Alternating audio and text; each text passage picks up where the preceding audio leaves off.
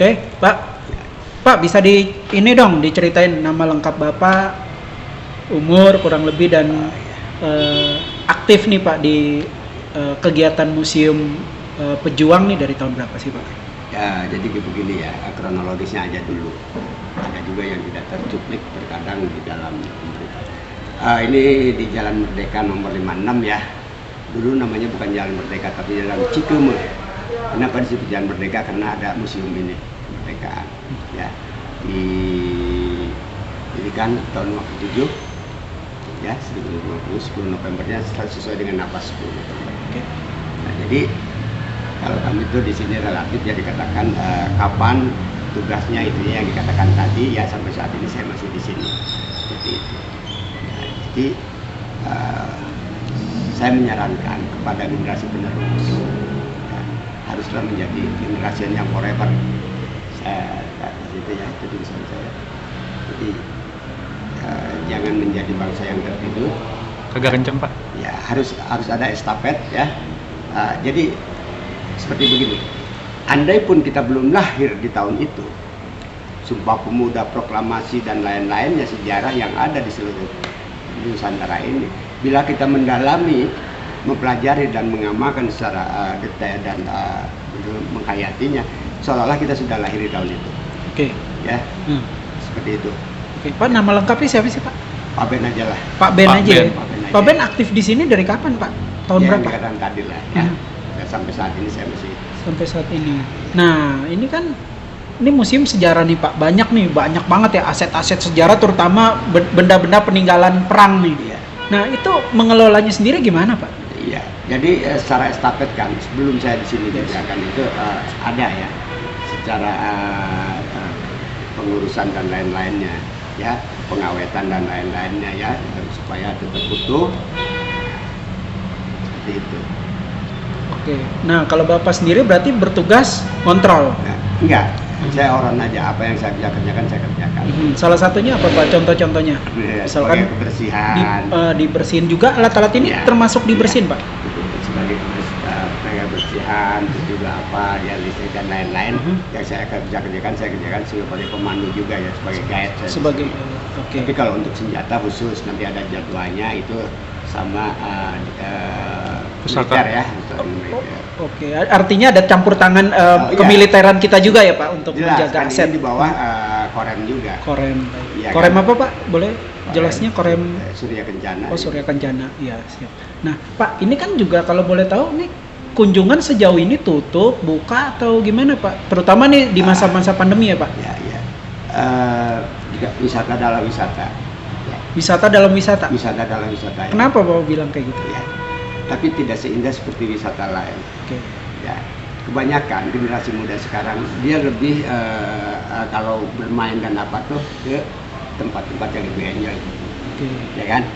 Tapi padahal ini adalah sejarah sebagai fondasi bangsa kita, ya kan? Mungkin kalau anak-anak muda sekarang ya, kita main yuk ke Museum Perjuangan, ngapain? Melihat benda berkarat dan bisu, ya kan? Gitu lah kira-kira. Ini tetap tempat wisata, tapi tidak seindah tempat wisata yang dituju sama orang. Ya. Pak, Bapak sebagai orang ini nih Pak ya, maaf nih Pak, sebagai orang tua yang mungkin juga pernah mengalami masa-masa itu, agak miris nggak sih dengan pemuda atau pemudi sekarang atau terutama? Dengan adanya tauran dan lain-lain ya, huru-hara dan lain, itu seolah-olah yang tidak mendalami tentang sejarah dan perjuangan, karena taunya seperti ini. Padahal para pejuang saat itu untuk menjadikan terbutnya ya dari penjajah ini penuh keprihatinan, kepahitan. Makanya ada para pejuang sejati dulu mengatakan, ya, keringatku, darahku, matiku untuk merdeka. Artinya ada harga yang harus dibayar ya Pak ya? Biarkan aku pahitan getir, asa anak itu tidak sepertiku. Dulu tidak dibayar kan? Tapi apakah generasi sekarang penikmat daripada kemerdekaan ini? Seperti apa yang terkesan melupakan sejarah, seperti itu Pak? Iya, pesan-pesan dari para pejuang saat itu. Ada rasa penyesalan Pak dari Bapak terhadap generasi sekarang Pak, khususnya yang maksudnya ya itu balik lagi anak-anak muda sekarang yang udah jarang ke museum. Tidak menyesal, kita begini aja, kita harus menjadi bangsa yang dewasa. Dewasa bukan diukur dengan umur. Yang ada di KTP 17 tahun, saya suka berkata, artinya apa? Sudah dewasa jadi warga? Belum. Dewasa adalah pola pikir. Walaupun Anda ya di bawah umur saya akan lebih dewasa dari wawasan pengetahuan dan lain-lain. Memprestasikan bangsa kita, mengharumkan nama kita. Karena arti pejuang itu bukan hanya memangku senjata. Seperti bapak-bapak, ya kan?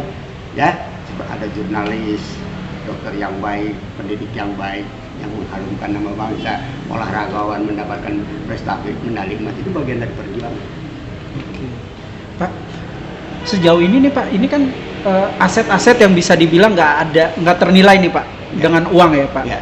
Nah, menurut Bapak sendiri sejauh ini ada nggak sih Pak campur tangan pemerintah nih Pak dalam hal pemeliharaan atau tunjangan juga buat orang-orang yang aktif merawat di sini atau seperti apa sih Pak? Ya, kita kembalikan kepada terpanggilnya satu nurani, ya kan? Bagaimana semestinya masyarakat maupun pemerintah di dalam adanya museum-museum, bukan hanya perjuangan saja, untuk melestarikan dengan baik dan juga dipelajari oleh generasi penerus. Itu aja. Harusnya tidak usah dipanggil-panggil, tidak usah begitu. Ya kan? Ini adalah aset. Secara vertikal punya pemerintah, ya kan? Secara horizontalnya punya masyarakat semua. Bukan milik sendiri, ya kan? Bisa dibilang Bapak bekerja sukarela dong Pak, nggak digaji? Ya nggak apa-apa lah. Nggak dibayar? Nggak apa-apa Pak? Kan yang dikatakan tadi, ini operasional itu harus ada, bayar listrik, bayar itu, ya, bayar air dan lain-lain. Nah, kita menyisihkan dari di saat sedang ada yang masuk, itu kita sisihkan. Ya, kalau memang ada lebihnya, ya itu wajar lah. Tapi kami tidak diberi seperti UMR tidak. Tidak digaji? Tidak digaji. Pak, mohon maaf Pak, itu di belakang Bapak juga kan ada saya lihat tuh kotak peduli museum. Artinya itu untuk membantu operasional gedung ya Pak ya? Itu juga tidak ditekankan, tidak apa. Siapa tahu ada yang peduli. Di lain ada kartis, ada apa ya. Nah itu ya kadang-kadang ada juga yang ngasih ke situ. Ya kami kumpulkan apa untuk kepentingan di sini. Gitu ya, beli lampu, beli apa dan lain. Pak, terakhir Pak, pesan yang mau disampaikan Bapak sebagai salah satu pengurus tempat atau aset bersejarah di Indonesia ya? Iya. Gimana? Ya kita sejarah adalah sejarah yang dikatakan tadi. Di misi sejarah, apa yang terjadi saat itu akan menjadi suatu sejarah. Yang sekarang terjadi nanti akan menjadi sejarah. Makanya kita menggali suatu sejarah itu harus secara keseluruhan. Ya, perjuangan ini diawali dengan sejarah-sejarah. Dulu namanya ada kerajaan Majapahit. Bupatinya Gajah Mada mengatakan ada Sumpah Pelamar.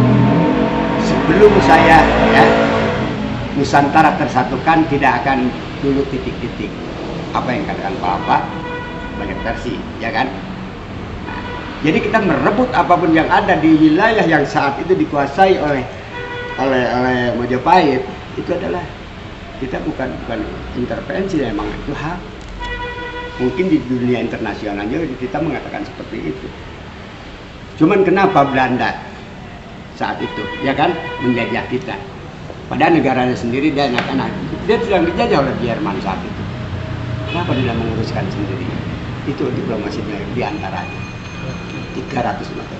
Enak-enakan itu ya menurut saya pribadi, tapi maaf, Belanda itu yang tidak mau tahu tentang negaranya sedang dijajah, tapi dia menjajah kepada kita 350 tahun, ya kan? Tapi yang lain yang dikatakan sekutu lah, dia yang berjuang Eropa itu bisa terebut kembali dari Jerman. Enggak? Oke. Mereka diam-diam Belanda, ya kan, enak-enakan. Rasanya dijajah itu seperti apa? Anda merasakan nggak dijajah? 350 tahun tidak dijajah. Padahal negara Anda sendiri sedang dijajah. Anda ikut campur apa? Andil apa? Dengan para sekutu Anda. Oke. Terima kasih Pak.